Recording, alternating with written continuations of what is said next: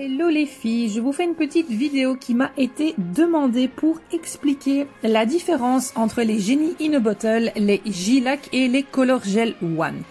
Donc premièrement, la différence principale, c'est que vous avez ici le Genie in a Bottle et le Color Gel One qui sont dans les boules. Ces deux-là sont du gel. Ensuite, les J-Lac, c'est ce que vous appelez le vernis permanent, vernis semi-permanent. Donc il y a une distinction entre les deux gammes. Maintenant, pour mettre votre couleur pour la cliente, vous pouvez tout employer tant que vous êtes en construction gel. Si vous ne faites que du VP sur de la rubber base, vous ne pouvez employer que les J-Lac. Alors pourquoi vous ne pouvez employer que les J-Lac? C'est une question en fait de souplesse du matériel. Le gel n'est pas assez résistant que pour être mis dans un si petit gainage et ça va complètement craquer et peler. Ici c'est la couleur 29, le rouge pink. Vous pouvez voir que le J-Lac a une couleur très pigmentée, mais malgré tout la structure est assez fluide.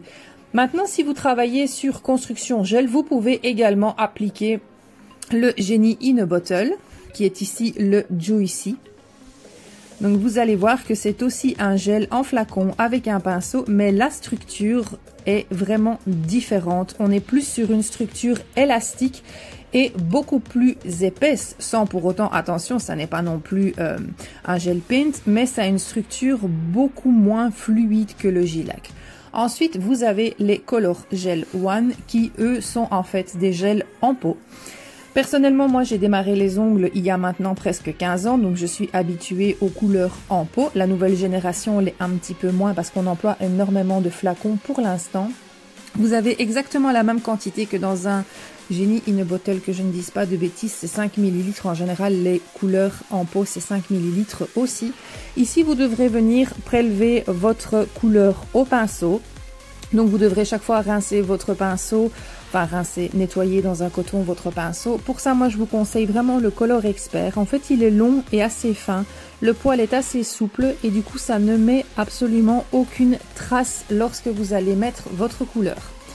Niveau épaisseur, on se situe sur un petit degré en dessous que le Genie in a Bottle. Vous allez voir ici, je vais venir l'écraser sur la palette pour que vous puissiez voir. À savoir que chez Jana, la pigmentation, peu importe que ce soit des J-Lac, des Genie in a Bottle et des Color Gel One, est suffisante que pour pouvoir travailler finement, sans nuages et sans démarcation. Après, il y a toujours la différence si vous souhaitez travailler en une couche, en deux couches, en fine couche ou pas. Ici, le Genie in a Bottle, je vais vous le montrer également sur palette pour que vous puissiez voir. Donc là, vous avez déjà un pinceau, j'en ai peut-être pris un peu beaucoup, mais c'est pas grave. Vous voyez que quand j'écrase, il y a quand même une autre résistance de produit. Moi, j'aime beaucoup. Ça vous permet d'avoir un contrôle de votre matière. Il n'y a pas de coulée dans les cuticules, il n'y a pas de coulée dans les parallèles et la couleur ne bouge pas. Vous allez voir que peu importe l'un des deux, je peux renverser, ça ne bouge pas. Les Genie in a Bottle ont une pigmentation supérieure aux Color Gel One, sans pour autant dire que les Color Gel One ne sont pas assez pigmentés, pas du tout. Maintenant, je vais vous montrer ici le même exercice avec le J-Lac. Vous voyez que la texture est beaucoup plus fluide, beaucoup plus facile à manipuler. Elle n'accroche pas autant sur la surface, il n'y a pas d'élasticité. Ça, c'est vraiment une question de facilité de travail. Si je viens ici avec mon petit embout gratter un petit peu la couleur, vous voyez que la couleur reste ensemble. Elle a une viscosité qui s'attire entre elles. Là où je crée des trous, les trous restent et ça ne se rebouche pas. Ça veut dire que le produit n'est pas trop liquide non plus. Les J-Lac ont une viscosité fluide sans être trop. Quand je fais ceci maintenant avec le Genie in a Bottle, vous voyez que lui s'écrase complètement. C'est parce qu'il est tellement pigmenté et tellement élastique, il va couvrir à la perfection votre plaque. À la perfection, réellement. Si je fais la même chose avec le Color Gel One, vous allez voir que il n'est pas aussi couvrant dans le sens d'accroche que le Genie in a Bottle. Il se rapproche déjà un peu plus de la couvrance d'un J-Lac. Donc, en résumé, il couvre tous les trois super bien, sans problème. Le Color Gel One, vous allez le travailler en deux couches fines. Le Genie in a Bottle, vous pouvez le travailler en une seule couche fine. Et le J-Lac, c'est mieux aussi en deux couches fines. Ou si vous maîtrisez vraiment très très bien, une couche fine pour la patinoire et ensuite un renfort couleur par-dessus. Ça, c'est des techniques que vous pouvez voir en formation. Maintenant, je vais vous montrer l'application d'une goutte sur la palette. J'ai mis une goutte de J-Lac, vous avez vu qu'elle est coulée directement. Et je mets une goutte de Genie in a Bottle. Là, je suis obligée de taper mon pinceau pour que le produit vienne se déposer. Sinon, le produit reste accroché dans mon pinceau.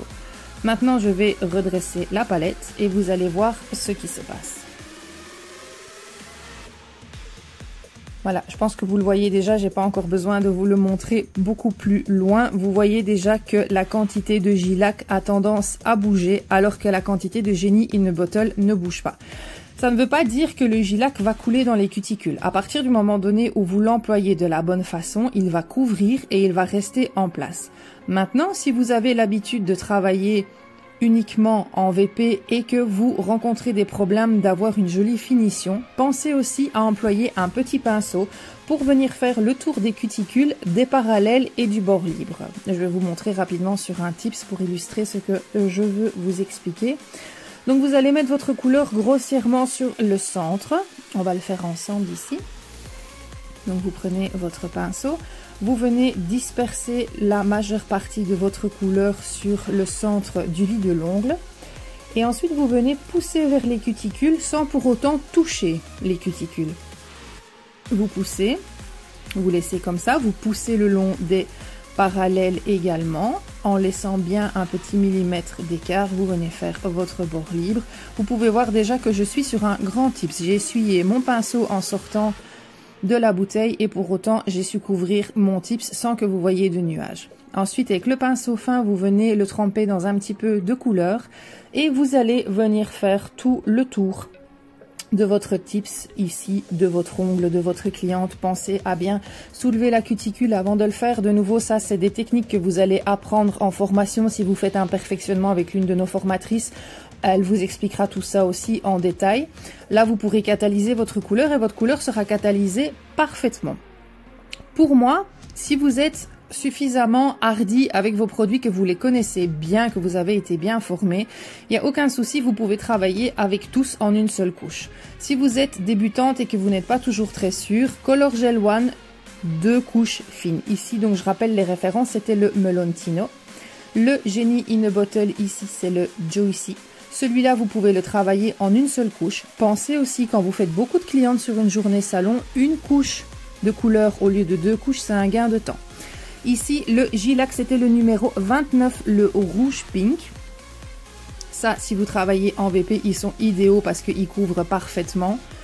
Si vous le travaillez en une seule couche, c'est possible aussi, mais de nouveau, ça, je vous répète, c'est suite à une formation où on vous a vraiment bien appris à maîtriser votre matière. N'oubliez pas que maîtriser la matière, c'est gagner du temps. Qui dit gagner du temps, dit clientes supplémentaires ou temps de famille en plus. C'est plus rentable pour vous, c'est plus agréable à travailler. Ici, en tout cas, chez Jana, peu importe le système que vous allez choisir, on veille à ce que vous ayez une pigmentation de fou. Pas une pigmentation juste, non, une pigmentation de fou, pour que vous puissiez travailler le plus vite possible. Et après, c'est un petit peu chacune en fonction de ce qu'elle préfère travailler. J'espère que ça vous a plu. À plus!